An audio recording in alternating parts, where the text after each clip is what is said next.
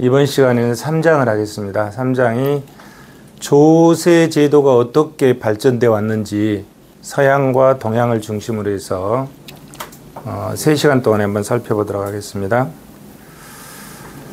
자, 너무 가까워, 여기가. 너무 가까우니까 이게 한 요 정도 떨어졌으면 좋겠다. 조세의 발달 과정이네요, 제목이. 조세가 어떻게 발달되어 왔는지 쭉 한번 보도록 하겠습니다. 이거는 그냥 편하게 들으시면 돼요. 외울 것도 없고 그냥 감으로 조세 제도가 인류 역사상에 어떻게 흘러왔는지 그냥 감으로 들으시면 돼요. 그래서 편하게 들으면 됩니다. 조세도 사회 현상이다. 그잖아요. 어떤 모임이든지 가면은 뭐가 있습니까? 돈이 있어야 돼요. 응? 돈이 있어야 움직일 수 있는 거죠. 돈이. 우리 동아리를 하더라도 돈이 있어야 되고, 또 가게와 기업과 정부잖아요. 경제 주체가. 가정을 꾸려도 돈이 있어야 되잖아요. 돈이. 또 기업도 재정이 계속 마이너스 되면 기업 폐쇄하는 거죠. 국가도 마찬가지고. 그래서 조세도 마찬가지고, 조세는 이제 국가와 관련된 건데 조세도 사회 현상이다. 사회 현상. 사회 현상이 뭐 여러분들 잘 아시는 거고, 조세도 일종의 사회 현상이었다. 그래서 역사적이고 시대적이고 사회적 산물이다. 조세도. 이렇게 시간에 따라서, 시간의 흐름에 따라서, 또 어느 동양이냐 서양이었냐에 따라서 다 틀리다, 이런 얘기죠. 그 사회 현상의 그 사회 문화 속에서 조세 제도가 정착되고 운영되어 왔다, 이런 얘기겠죠. 그래서 조세의 형태, 과세의 방법, 과세의 대상, 조세의 징수 방법, 조세의 기능, 이런 것들이 사회적 특수성과 역사의 흐름 속에서 조세의 특수한 변천 과정을 분석하고 이해해 보는 게 조세의 기원과 발달이다. 그럼 조세와 사회 현상과의 관계에 어떤 관계들이 있는가 봅시다. 자, 조세는 누가 내느냐? 누가 내느냐? 이걸 이제 조세 주체 또는 조세 납부제라고 그러죠. 두 번째, 조세는 누가 부과하느냐? 부과권자, 과세 주체. 정부와 중앙정부, 지방정부죠. 조세의 납부 형태는 무엇이냐? 지금 이제 돈으로 보통 내잖아요. 돈으로. 화폐로. 그런데 옛날에는 화폐제도가 발달되지 않았던 옛날에는 실물로 냈죠. 실물. 쌀로 내든지 곡물로 내든지. 뭐로 내느냐? 그 다음에 조세의 과세 대상은 무엇이냐? 뭐에 대해서 세금을 부과하느냐, 이런 얘기죠. 그 다음에 조세는 자발적으로 내느냐, 강제적으로 내느냐, 의무적이냐, 협조적이냐, 이런 조세의 근거 관점에서. 그 다음에 사회 구성원의 국가관은 어떠냐. 그 다음에 7번째, 조세의 징수권자가 누구냐. 여덟 번째, 조세의 납세는 규칙적이냐, 불규칙적이냐, 과세 시기, 이런 것들이 그 사회의 현상 속에서 나타나는데, 조세도 마찬가지다, 이런 얘기죠. 그래서 조세는 역사적이고 사회적이고 시대적 산물이다. 원시 사회의 공동체적 생활에서 보면 공동체 사회의 공동 욕구 충족 수단으로 노역 제공, 식량, 피복과 기타 소요의 물자를 공납했다. 이런 얘기고 쭉 넘어가면서 봅시다. 자, 그럼 시대별로 한번 봐봅시다. 시대별로. 고대와 중세와 근대로 나눠서, 조세, 중세, 근대로 나눠서 아까 앞에서 봤던 이런 조세의 사회관계 속에 이 8가지 관점에서 시대별로 어떻게 틀렸나를 한번 살펴보도록 하겠습니다. 고대에는 누가 세금을 부과했냐면 추장이 했다. 추장이. 중세로 넘어오니까 왕이라든지 황제라든지 영주, 여기서 이제 세금을 부과했죠. 근대 이후에 현대에 의해서는 정부죠. 정부. 우리나라로 하면은 중앙정부 또는 지방자치단체, 서울시, 성남시, 대한민국 정부 뭐 이런 거잖아요. 그래서 과세를 부과할 수 있는 권한이 있는 사람들이 이런 형태로 시대별로 구분해 볼 수 있는 거죠. 납세자도 또 틀려요. 고대에는 부족원 또는 기여력이 있는 자, 중세에 와서는 농민들, 그 다음에 상공계층들, 근대 이후에 와서는 시민들이죠. 국민들. 그 다음에 이제 납세 형태도 보면 고대에는 노역이 뭐죠? 그냥 우리가 가서 일하는 거예요. 불려가서. 진시황의 만리장성 쌀 때 불려가는 거잖아요. 우리가 몸이 직접 가서 노역. 그 다음에 이제 중세에는 현물로. 그 다음에 근대 이후에 와서는 이제 화폐로 내는 거죠. 돈으로 내는 거죠. 그 다음에 과세 객체. 그러면은 어디에다 세금을 부과하느냐 이런 얘기죠. 과세 객체. 고대에는 사람한테 부과했잖아요. 사람이. 이 노역이니까 노역을 누가 합니까? 사람들이 하는 거죠. 사람들이. 그 다음에 중세에는 토지에다 부과했다. 토지에다가. 토지에서 나오는 곡물. 그 다음에 그 지역에서 나오는 특산물. 이런 것에 세금을 부과했다. 이런 얘기죠. 근대에 와서는 저번 시간에 봤듯이 세원, 소득과 뭐죠? 재산과 자본. 이 세원이라고 그랬잖아요. 이런 세원에 대해서 세금을 부과하는 거죠. 소득과 재산과 자본. 그래서 어디에 세금을 부과하는지 이 과세 객체도 달라져 왔다 이런 얘기죠. 또 앞으로 또 어떻게 달라질지 알 수 없겠죠. 그러나 현대에 와서는 여기 정착되어 있는 거죠. 과세 시기도 고대에는 비규칙적이죠. 뭐 전쟁이 일어났다든지 이럴 때 부과한다든지. 그 다음에 중세에도 비규칙적이죠. 비규칙적이다. 그런데 근대 이후에 와서는 규칙적이죠. 매년 부과하잖아요. 매년. 전쟁이 있든 없든 매년 부과하는 거죠. 매년. 법인세, 소득세, 부가가치세 매년 부과하는 거죠. 과세 방법. 고대에는 의무적이고 협조적이었다 이런 얘기죠. 공동생활을 하다 보니까 의무적이고 협조적이었다. 중세에도 자발적이고 협조적이고 또 의무적인 것이 가미됐죠. 근데 근대 이후 현대에 와서는 강제적으로 하는 거죠. 의무적이고 강제적이다. 지난 시간에 조세의 개념에서 대가 없이 강제적으로 징수한다고 그랬죠. 그래서 의무적이고 강제적이다. 징세 방법.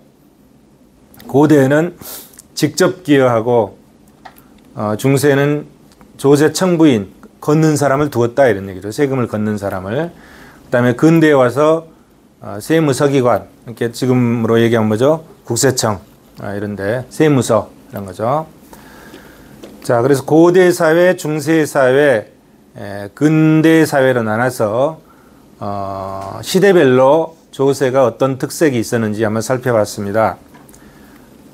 이렇게 살펴봤고 여러분들 잘 아다시피 고대 사회, 중세 사회, 근대 사회에 대해서는 유인물을 참조해 주시기 바랍니다. 자, 그리고 참고 자료로 가신제도 이 앞에 설명을 안 하고 넘어가니까 그러네. 자, 이거 한번 봅시다. 고대 사회는 공동소유, 공동노동, 공동분배를 이런 특징이 있었죠. 그리고 고대 사회가 이루어진 고대 문명이 메소포타미아 문명, 이집트 문명, 중국 황하 문명, 인도 문명에서 5대 문명이라고 그런가요? 하나, 둘, 셋, 4대 문명이네. 4대 문명 들고 있는 거요. 중세에 와서는 유럽의 중세 사회를 봉건사회라고 하는데 이는 중세 유럽의 체제가 봉건제도를 기반으로 했기 때문이다. 봉건제도는 프랑코 왕국 시대의 가신제도와 은대지제도의 결합으로 성립됐다. 자, 봉건제도의 기초가 가신제도와 은대지제도였다 이런 얘기고요. 근대 사회에 와서는 봉건사회가 무너지고 나타난 사회가 근대사회죠. 그래서 봉건적 잔재를 청산하고 정치 경제적으로 민주주의와 자본주의 체제를 건설함으로써 자유와 평등과 박애를 실현하는 사회가 근대사회다. 여기서 이제 중세사회를 보면 봉건제도 있잖아요. 이 봉건제도에서 가신제도와 은대제도가 나오는데 그때 가신제도를 보충적으로 설명하고 놓고 있는 겁니다. 남한테 기대서 사는 게 사실은 편하잖아요. 그죠? 기대서 사는 게 편하죠. 기대서 사는 방법이, 기대서 사는 방법이 두 가지로 보잖아요. 집에서, 집에서 데리고, 그렇게 중국에도 보면은 가신들이 뭐 3,000명을 뒀느니 5,000명을 뒀느니 식소들이 있잖아요. 식소들이. 진나라나 고대 진나라나 이렇게 지난 시대에도 보면 그 가신들이 막 한 3,000명을 데리고 집에서 먹고 재우고 입혀주고 다 하는 거죠. 그럼 얼마나 편하겠어요. 그죠? 이런 방식이 있고, 그 다음에 다른 방식은 그냥 토지를 빌려주고 그 토지에서 경작해서 먹고 살게 해주는 거죠. 그러면서 거기에서 토지를 빌려줬으니까 일정 부분만큼 주인한테 갖다 주는 거죠. 이 두 가지 방식이 있었다. 이게. 집에서 직접 부양하는 방법, 토지를 빌려주고 임대료를 받는 방법, 이런 방식에 의한 가신제도다 이런 얘기죠. 가신제도. 그게 기초를 두고 있는 게 뭐죠? 봉건제도다 이런 얘기예요. 봉건제도. 봉건이라는 거는 봉건, 게 봉한다 이런 얘기죠. 봉한다. 토지를 주는 거예요. 예를 들어서 중국의 황제가 지방에 내 친족이, 내 작은아버지가 내려가면 거기에다가 일종의 왕을 봉하고 거기에서 토지를 주는 거죠. 봉건을 해주는 거죠. 그럼 거기에 중앙정부에 이제 세금도 내고 하는 거죠. 일종의 뭐라 할까요? 지방분권제도도, 지방분권제도. 고대의 지방분권제도도. 그런 형태의 봉건제도의 기초에 가신제도를 설명해 주겠습니다. 이렇게 토지를 빌려주는 방식은 로마 시대의 은대지 제도의 방식을 모방한 것인데 이런 토지를 봉토라고 한다. 그래서 동양에서도 중국의 주나라가 봉건제도잖아요. 주나라가 봉건제도죠. 이런 형태를 취했다. 토지를 그때는 주나라 그 황제가 토지를 조금만 주는 게 아니라 전체를 봉건을 해주는 거죠. 영주들한테. 이런 형태를 짓다. 그래서 중국도 고대에 있었고, 유럽은 중세시대에 봉건제도가 있었죠. 그래서 그거를 참고적으로 설명해 주고 있습니다. 자, 조세의 기원과 발달해서 이건 넘어갈게요. 구석기 시대, 신석기 시대 넘어가고. 자, 또, 박은어가 구분해 본 납세 형태와 납세 방법을 보면은 박은어는 이렇게 구분해 봤죠. 아까 누구 거였습니까? 이거는? 이거는 일반적인 거고. 자, 박은어는 이렇게 구분을 해 봤죠. 고대, 중세, 근세, 근대 이렇게 나눠 가지고 박은어의 구분 형태를 보면 납세 형태가 고대에는 노역 형태였다. 이렇게 사람이 직접 가서 일을 하는 거죠. 중세에는 실물, 토지에서 나온 공물을 얘기하는 거죠. 그 다음에 근세에는 화폐, 그리고 근대, 이유도 화폐다 이런 얘기죠. 과세 방법은 고대에는 군주의 독단적 부과 방법, 중세에도 군주의 독단적 부과 방법, 근세에는 군주와 인민이 상호 협의해서 부과하는 방법, 현대에 와서는 강제적이고 의무적인 방법, 이런 방법. 자, 참고로 이제 역사를 구분하는 방법 해놨는데 이건 그냥 넘어가겠습니다. 자, 그 다음에 셜리그만이 구분하는 방법을 한번 보면 셜리그만은 조세를 1단계, 2단계, 3단계, 4단계, 5단계, 6단계, 7단계로 구분을 했죠. 그래서 첫 번째 단계에서는 기부 또는 증여의 성격을 가지고 있다. 기부 또는 증여의 성격. 그 다음에 조금 더 이제 진전된 형태로 가서 국왕의 인민에 대한 원조 요청의 형식으로 납부했다. 조세를 원조 형식으로. 납부했다. 세 번째 단계는 국가로부터 얻은 혜택에 대한 인민에 대한 보답으로 납부했다. 이걸 이제 여기서 이걸 이런 형태로 이제 이익설이라고 그러죠. 그다음에 네 번째 단계에서는 개인적 희생으로 납부했다. 희생설이라고 그러죠. 이걸 희생설. 그다음에 다섯 번째 단계로 조세 납부는 당연한 것으로 개인의 국가에 대한 의무로서 납부한다. 이걸 이제 의무설이라고 그러죠. 의무설. 여섯 번째 단계는 강제적으로 납부한다. 현대죠. 일곱 번째 조세는 국가의 일방적 부과를 통해서 납부한다. 이런 변청 과정을 통해서 조세가 흘러왔다. 이런 얘기죠. 자, 갤로프가 구분하는 방법을 한번 살펴보도록 하겠습니다. 갤로프는 초기 단계, 그 다음에 근대, 초기와 근대로 나눠서 구분을 했는데 살펴보죠. 자, 과세 방법은 초기 단계는 귀족 또는 신하가 자발적으로 왕에게 증여 형식으로 납부했다. 근데 근대에는 의무적으로 한다. 이런 얘기요. 조세의 성격적인 측면에서 봤을 때 초기 단계는 추장에 대한 보수 형식으로 납부하고 개인적 기부의 성격을 띈 것에 비해서 근대 국가는 예산의 재원 조달 수단으로 납부하고 법에 의해서 한다. 이런 얘기죠.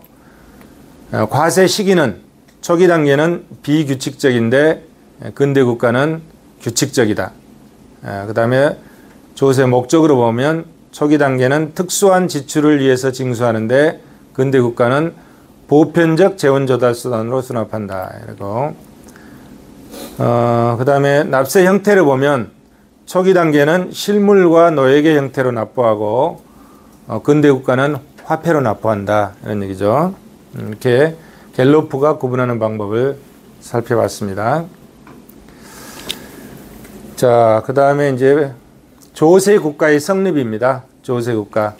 자, 조세국가는 어떻게 성립했는지 조세국가의 성립 과정을 살펴보는데 먼저 봉건국가가 재정 파탄이 되면서 봉건국가가 망한 거죠. 그러면서 그 이후에 다른 사회제도가 나오게 돼서 조세제도로 바뀌어 나오게 되죠. 그럼 봉건국가를 한번 보도록 하겠습니다. 자, 봉건국가는 왼쪽에 이게 이제 유럽 중심의 봉건국가죠. 유럽 중심의 봉건국가. 왕이 있고, 영국을 예를 들어볼까요? 영국에 왕이 있으면 각 지방에 제후들이 있죠. 제후들이. 왕 밑에 제후들이 있죠. 제후에 봉하게 되면, 그 제후가 봉하게 되면, 봉건이죠. 봉건, 제후로 봉건을 받게 되면 뭘 갖게 되는 거죠? 땅을 갖게 되잖아요. 땅을 갖게 돼요. 땅을. 그러면 제후가 왕으로부터 봉건을 받고 땅을 갖게 되면 왕과 제후의 관계는 주종관계잖아요.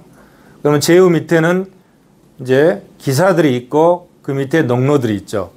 이제 여기가 이제 농민들이죠. 농사를 짓는 사람들은 이 사람들이 지잖아요. 이 사람들은 이제 감독이겠죠. 감독하고 있는 거고 제후 밑에서 감독하는. 왕은 제후만 감독하면 되겠죠. 왕은 제후만 감독하면 되고 제후는 기사만 잘 관리하면 되겠죠. 그럼 기사는 농민들을 관리하고 이런 시스템에 의해서 봉건주의가 계급사회로 구성이 되어 있죠. 그러면 자, 이 제후들은 땅을 봉건을 받기 때문에 영주라고 그러죠.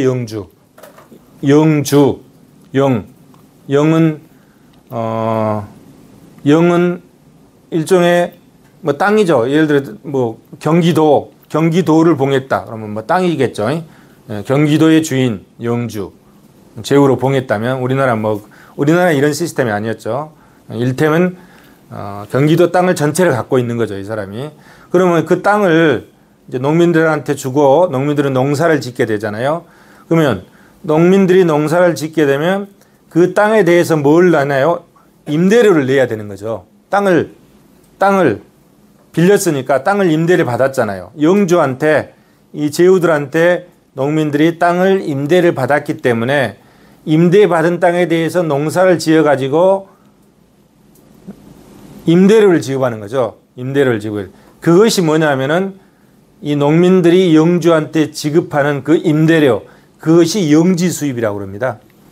영주의 입장에서는 수입이 들어오는 거잖아요. 그래서 그거를 영지 수입이라고 그러죠. 영지 수입.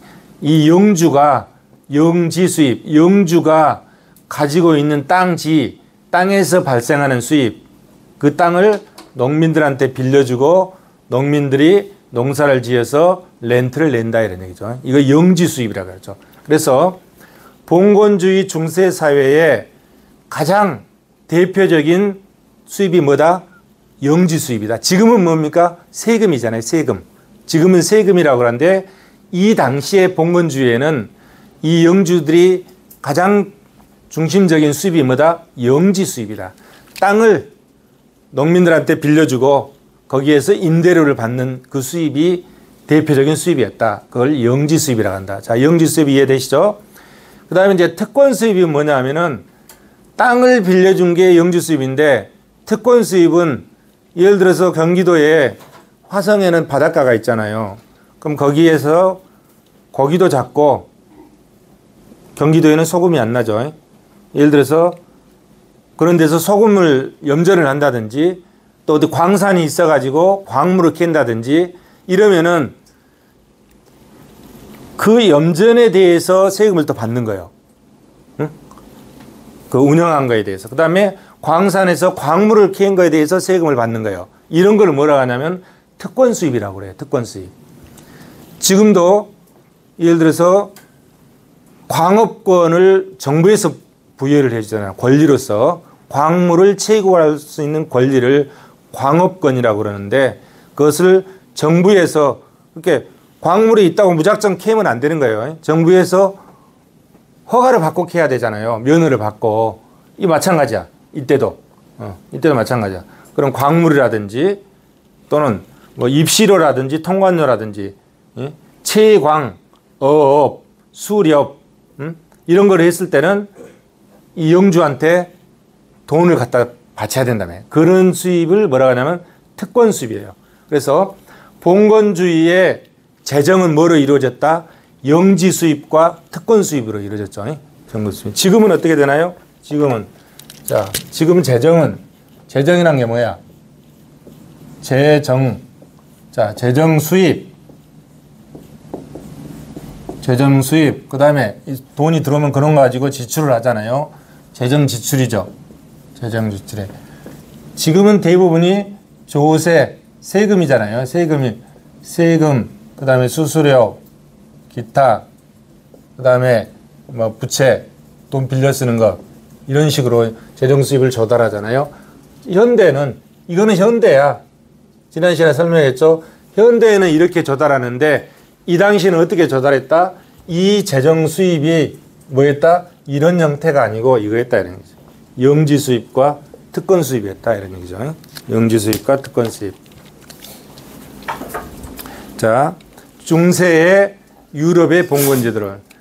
자, 봉건주의는 뭡니까? 지방봉건제도입니다. 지방봉건.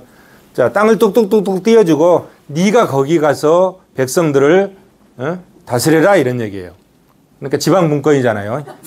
우리나라로 얘기하면은 전라도, 경상도, 뭐 충청도, 경기도 이렇게 지방분권화되어 있잖아요. 이런 식의.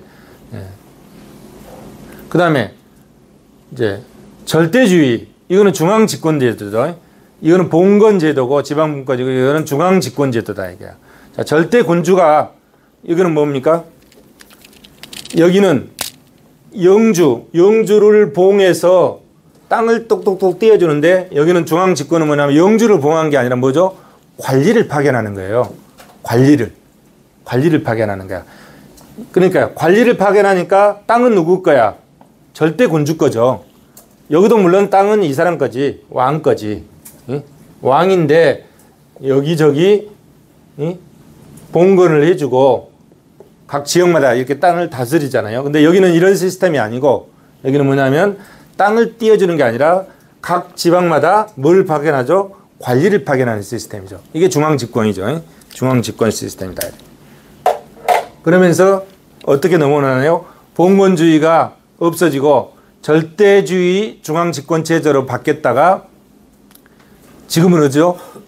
대부분의 국가가 민주주의 제도로 바뀌어 있죠. 물론 공산주의 국가도 사회주의 국가도 몇 군데 있겠지만 대부분은 민주주의 국가로. 북한도 민주주의 국가라고 그러잖아요.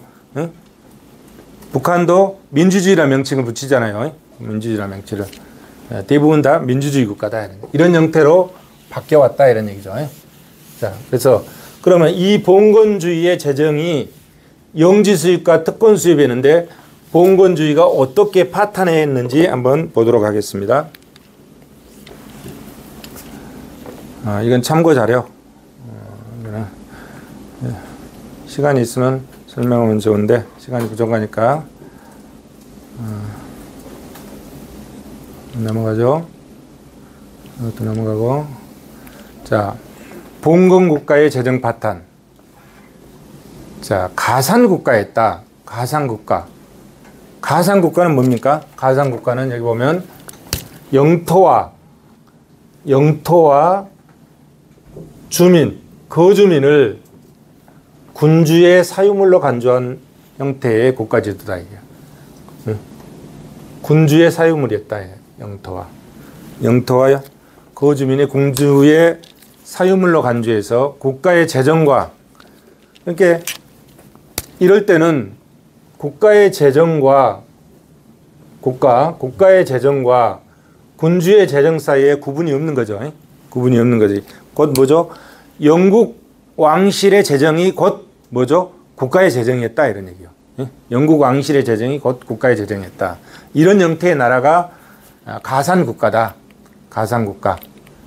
자, 봉건국가는 토지를 생산수단으로 하는 농업사회의 생산을 기반을 배경을 한다. 재정적으로는 그가 소유하고 있는 영지로부터의 수입, 아까 영지 수입과 특권 수입이라고 그랬잖아요. 영지로부터 수입을 확보하는 국가다. 이러한 형태의 봉건국가는 군주의 재정이 곧 국가의 재정이었다. 이런 얘기고요. 그런데 이러한 봉건국가가 어떻게 재정이 불완전하게 되는지 그 배경이 두 가지가 있잖아요. 여기 보면은 뭐죠? 화포와 대포가 발견됐다. 화포와 대포가 발견됐다. 그 다음에 화폐 경제가 발달했다. 이 두 가지 요인으로 인해서 이제 봉건국가가 재정 파탄이 이루어지게 되죠. 먼저 화포와 대포가 발견되니까 왜 재정 위기를 초래했냐? 자, 중세 시대에 영주 국가는 부국강병을 추구했다 이 말이에요.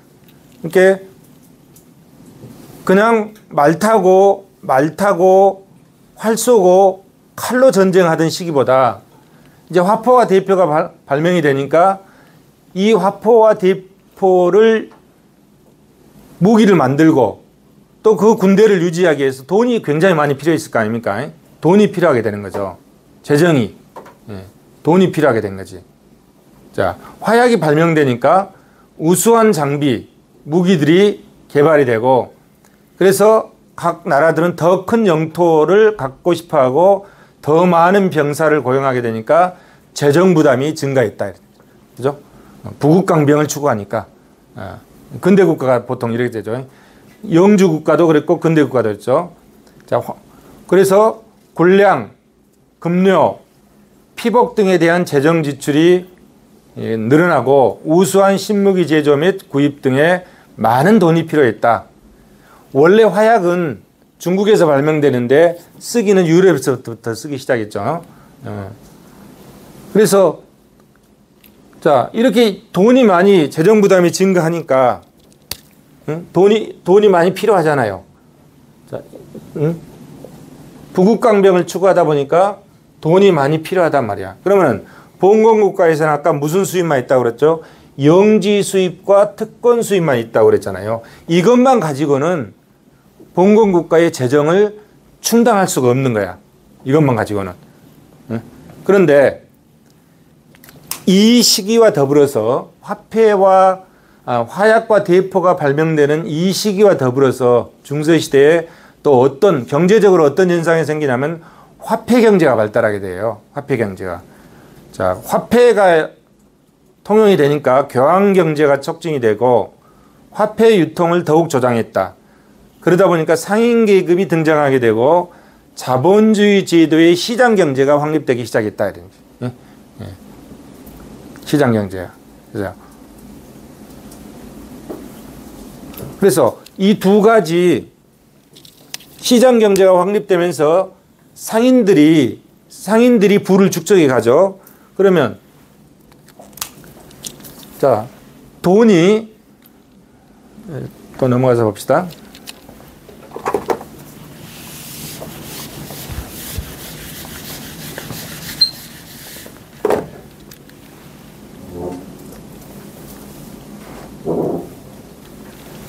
자,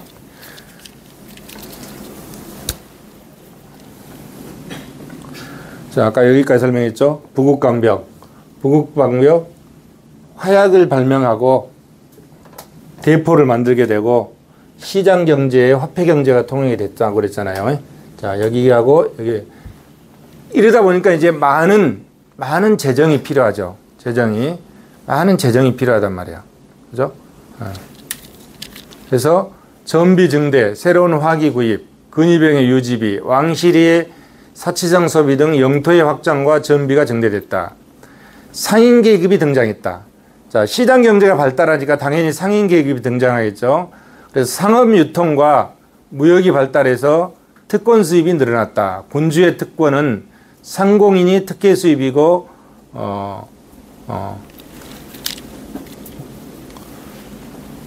군주 입장에서는 그렇게 아까 봉건제도에서 여기가 제후가 있고 여기에 이제 농노가 있고 또 상공인들이 등장하게 되잖아요. 상공인들이.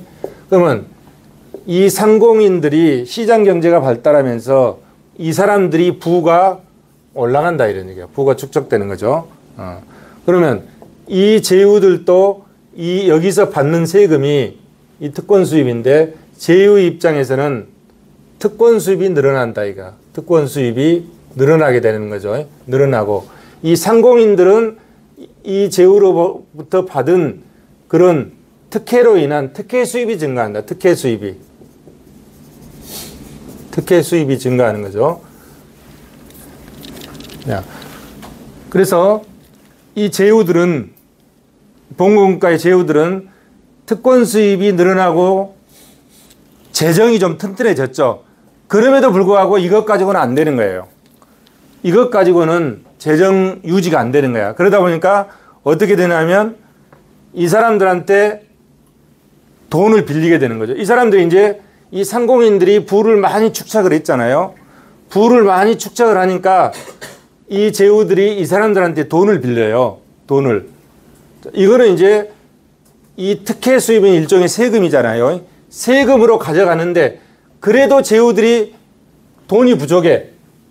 군대를 유지하려고 하니까 돈이 부족해. 돈이 부족하니까 그 돈을 누구한테 조달하냐면은 이 상공인들한테 돈을 이거는 특혜 수입으로 갔는데 뭐라고 하죠? 이제 부채로 돈을 빌리는 거예요. 돈을 빌리는 거야. 돈을 빌려요. 돈을 빌리는데 이 돈을 빌리는데 이 돈을 갚아야 되잖아요. 나중에. 그죠? 돈을 갚아야 돼. 돈은 이제 이 상공인들이 이 시장 경제가 발달하면서 부를 많이 축적하잖아요. 근데 돈을 빌려주고 제후들이 돈을 갚아야 되는데 돈을 갚을 수 있는 방법이 없어. 왜? 재정 수입이 없으니까. 이것 가지고 이 특권 영지 수입이나 특권 수입을 가지고는 턱없이 부족하단 말이야. 그러니까 돈을 빌렸어. 돈을 빌려가지고 군대도 유지하고 군인들 월급도 주고 무기도 사고 부국강병을 추구하는데 이 상공인들한테 빌린 돈을 갚을 수가 없는 거예요. 수입이 없으니까. 근데 이제 한 가지 방법이 있잖아요. 뭐 있죠? 이 영주, 이 제후들이 갖고 있는 게 뭘 갖고 있죠? 땅을 가지고 있잖아요. 땅을. 그러니까 돈을 못 갚으니까 땅으로 갚는 거예요. 땅으로 띄어져서 갚는 거예요. 땅으로. 응? 돈으로 못 갚으니까. 그러면 어떻게 돼? 자, 만약에 영국이 이렇게 되는데 여기 영주인데 여기도 영주가 있을 거고 여기도 영주가 있을 거 아니에요. 땅을 띄어서 갚아. 땅으로. 제일 쉬운 방법이잖아요. 땅으로 갚은 거야. 그러다 보니까 초기에는 이 땅이 전부 다 영주 땅이었잖아요. 임금 땅이었는데 나중에 땅으로 이렇게 갚다 보니까 이 땅이 어떻게 되죠? 사유화되는 거야. 개인의 땅이 사유화되는 거죠. 땅이 사유화. 그죠? 사유화되는 거야. 그러면서 시장 경제가 더 발달하고 자본주의 체제로 계속 흘러가면서 소유권이 보존을 해줘야 되잖아요. 소유권을 당연히 보존을 되니까 이제 이 사람들이 돈 빌려준 걸 땅으로 받아가지고 토지 소유권이 점점 어떻게 되죠? 사유화되고 시장에서 거래되는 형태로 변해가는 거죠. 이렇게 변해가더라 이런 얘기죠. 그래서 그러면 결국은 어떻게 돼요? 이 영지 수입과 특권 수입만 가지고는 안 되니까 이 사람들한테 빌린 돈으로 땅으로 갚다 보니까 어떻게 돼? 나중에 가서는 더 이상 할 수 없는 상태가 되면 어떻게 되죠? 이게 무너지는 거지. 응? 무너지는 거죠. 그래서 봉건주의의 재정 위기를 초래하게 되고 봉건주의의 재정 파탄이 이루어지는 거죠. 그래서 봉건주의가 완전히 무너지게 되는 거죠. 무너지고 그 봉건주의가 무너지고 다른 형태의 사회제도, 다른 형태의 정치 시스템, 다른 형태의 시장 형태가 나타나기 시작하는 거죠. 이제 이렇게 바뀌어간다 이런 얘기예요. 자, 여기 밑에 있죠. 중상주의 정책은 재정적 위기 극복의 소산이다. 그죠? 이 말 이해되시나요? 중상주의 정책은 재정적 위기 극복의 소산이다. 그렇잖아요. 응? 이게 파탄되고, 응? 파탄되는 거죠. 이 중상주의 정책에 의해서 상공인들이 번성을 누리게 되고, 응? 이 사람들이 경제의 중심이 되는 거죠. 그 다음에 상인계급의 부채를 조달하고 부채가 증가하면 상환불능하게 되니까 토지로 갚게 되고 재정 파탄이 이루어졌다 이런 얘기죠. 담보로 설정된 영지는 상인계급으로 넘어가게 되고 토지가 사유화되기 시작했다 이런 얘기죠. 자, 여기까지 이해되시죠? 이게 봉건주의의 재정 파탄이다 이런 얘기야. 재정 파탄이 이런 과정을 거쳐서 재정 파탄이 이루어지고 새로운 시스템이 나타나기 시작했다 이런 얘기죠. 그걸 이제 결론만 가지고 있는데, 자, 아까 여기서부터죠. 여기서부터 중간 과정을 다 생략하고 아까 결론만 가지고 있는데 한번 쭉 보죠. 여기서부터죠. 자, 가상국가 아까 여기 봤죠. 자, 재정 위기를 초래했다. 화약과 대포로 인해서 재정 위기를 초래하고 화폐 경제가 발달하면서 봉건국가의 재정이 급격하게 늘어나서 재정 파탄이 이루어지는 과정을 봤죠. 그래서 봉건국가의 재정난, 자, 절대 군주제하의 중상주의 정책, 영지 수입, 특권 수입, 그러면서 부채, 토지가 사유화되기 시작하죠. 그 과정을 쭉 설명해 놨습니다. 자, 우리 사회 시스템을 한번 쭉 둘러보고 갈까요? 자, 여기 보시면 경제 문제 해결 방식에 따라서 경제 문제의 해결 방식에 따라서 그 다음에 생산수단과 재화의 소유 형태에 따라서 어떻게 구분하는지 한번 여러분 잘 아시겠지만 다시 한번 살펴볼까요? 자, 경제 문제를 어떻게 해결할 것이냐에 따라서 시장경제, 계획경제, 혼합경제, 우리는 이걸 택하고 있죠. 현재 우리는 이걸 택하고 시장경제. 그 다음에 생산수단의 수단과 재화의 소유 형태에 따라서 자본주의와 사회주의가 있죠. 우리는 자본주의 체제를 가지고 있죠. 자본주의 시스템을 채택하고 있는데 이 자본주의의 폐해가 너무 심하다 보니까 이 사회주의의 이 이론이 자꾸 여기에 이제 가미되는 거죠. 가미되는 거잖아요. 자, 이런 경제 체제를 가지고 있죠. 우리는 자본주의와 시장 경제의 경제 체제를 가지고 있다 이런 얘기죠. 그죠? 그러면 자, 경제 문제. 저번 시간에 봤듯이 욕구는 무한하다 이런 욕구는. 근데 자원은 한정돼 있잖아요. 욕구는 무한한데 자원은 한정돼 있단 말이야. 응? 자원의 희소성, 선택에 직면하죠. 합리적 선택. 응? 합리적인 선택을 통해서 경제 문제를 해결하게 되는 거죠. 응? 합리적 선택. 자, 무엇을 얼마나 생산할 것인가? 어떻게 생산할 것인가? 누구를 위해 생산할 것인가? 이 시스템 올라가죠. 예. 합리적 선택. 이 합리적 선택에서 합리적 선택이라는 게 뭐죠? 합리적 선택은 이거잖아요. 여기 기업이 있고 여기가 가게가 있고, 응? 이렇게 되잖아요. 이건 뭐예요? 기업은 이윤을 극대화하는 거죠. 이윤을 극대화하잖아요. 가게는 효용을 극대화하는 거죠. 효용을 극대화하는 거죠. 응?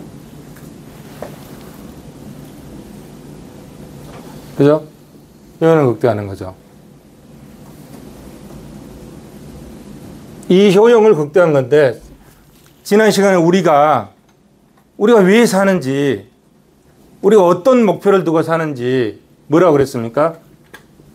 내가 봤을 때는 삶의 질을 향상시키기 위해서 우리는 무단히 노력하는 것 같아. 여러분들도 이 자리에 와서 공부를 하는 거는 사회에 나가면은 내 자신의 삶의 질을 향상시키기 위해서 공부를 하고 있는 거예요. 궁극적인 목적은 이거야. 삶의 질의 향상이야. 그러면 우리는 지금 어디죠? 가게잖아요. 여기에 속해. 여기에 하나지.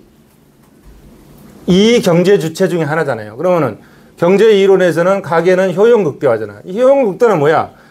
응? 결국은 효용 극대화를 추구한다는 건 뭐예요? 내가 가지고 있는 자원의 한도 내에서 나의 삶의 질을 향상시키는 거죠. 그러기 위해서 판단을 어떻게 하는 거예요? 효용을 극대화하기 위한 판단을 하는 거죠. 그러면 이 효용을 극대화하기 위한 판단을 할 때 어떻게 하는 거예요? 이렇게 비교하는 거지 뭐. 합리적 선택으로 비교하는 거죠. 그래서 여기에 이제 여기에 이제 나온 이론이 뭐예요? 이게 이제 소비자 이론이잖아요. 미시경제학의 이게 소비자 이론이지 뭐. 소비자 이론이죠. 소비자 이론. 그죠? 이렇게. 뭐 참고로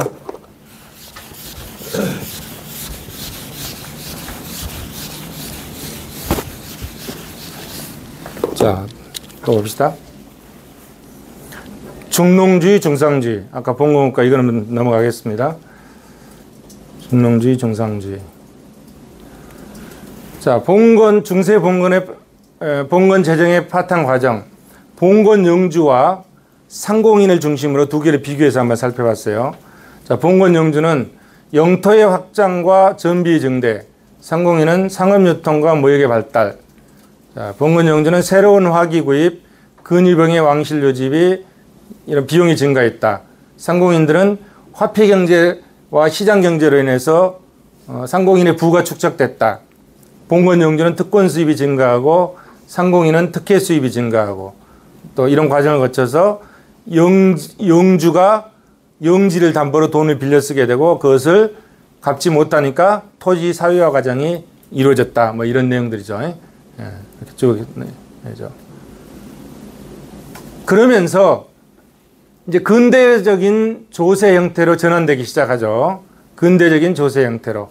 아까 봉건 국가의 재정 수입의 대표적인 게 두 가지를 얘기했죠. 영지 수입과 특권 수입. 영지 수입과 특권 수입. 근데 이제 근대적인 조세 형태로 전환되면서 어떤 형태로 바뀌는지 한번 봅시다.